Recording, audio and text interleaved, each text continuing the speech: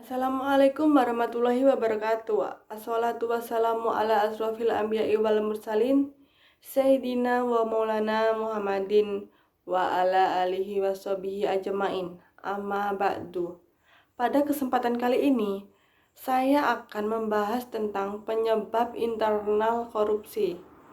Korupsi adalah perbuatan busuk seperti penggelapan uang, uang sogok, dan lain sebagainya. Istilah ini kemudian dikaitkan dengan perilaku jahat, buruk atau curang dalam hal keuangan di mana individu berbuat curang ketika mengelola uang milik bersama. Oleh karena itulah, korupsi diartikan sebagai tindakan pemanfaatan dana publik yang seharusnya untuk kepentingan umum dipakai secara tidak sah untuk memenuhi kebutuhan pribadi. Adapun bentuk-bentuk korupsi, yaitu yang pertama penggelapan, yang kedua suap, yang ketiga gratifikasi, yang keempat pencurian, dan yang kelima khianat atau kecurangan. Hukum korupsi dalam pandangan Islam yaitu korupsi memiliki bentuk dan tingkatan yang beragam.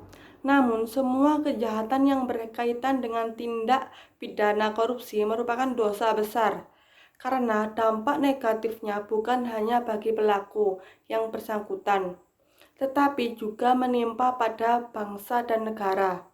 Korupsi disebabkan karena dua faktor, yaitu faktor internal dan faktor eksternal. Faktor internal adalah faktor atau motif yang timbul dari diri seseorang yang melakukan korupsi. Motif internal itu antara lain yang pertama yaitu sikap terlalu mencintai harta. Berlebihan dalam mencintai dunia adalah akar segala permasalahan korupsi.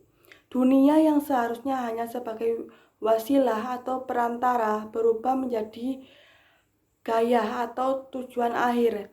Dengan memandang dunia sebagai tujuan akhir, seseorang akan berlomba-lomba mengumpulkan harta benda sebanyak-banyaknya dengan cara apapun, tidak peduli halal atau haram. Nabi Shallallahu Alaihi Wasallam menegaskan bahwa cinta dunia adalah pangkal segala kejahatan. Yang kedua yaitu tamak dan serakah. Tamak dan serakah merupakan dua sikap yang sering mengakibatkan umat manusia mengalami kehinaan dan kehancuran.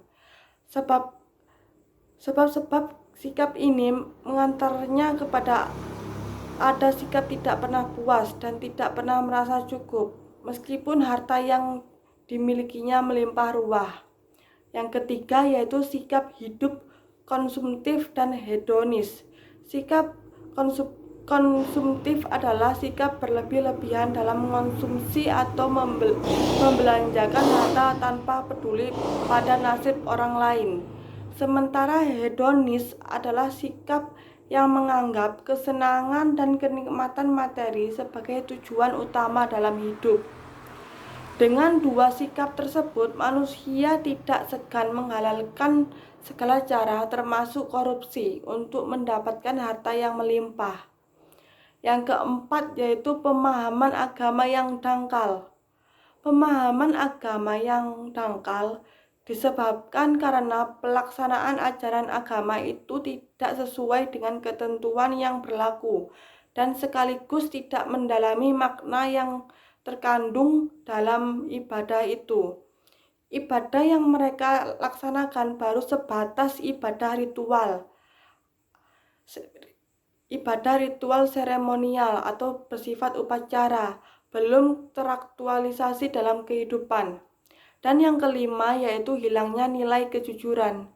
Kejujuran adalah aset yang sangat berharga bagi orang beriman dan bertakwa kepada Allah Subhanahu wa Ta'ala.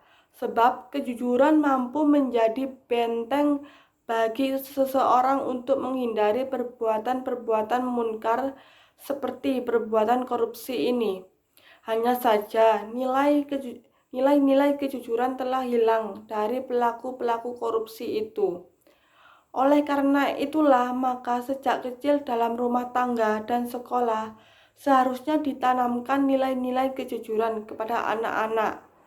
Nabi Shallallahu Alaihi Wasallam bersabda, katakanlah yang benar itu walaupun pahit sekalipun.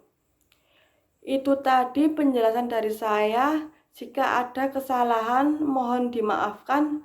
Wassalamualaikum warahmatullahi wabarakatuh.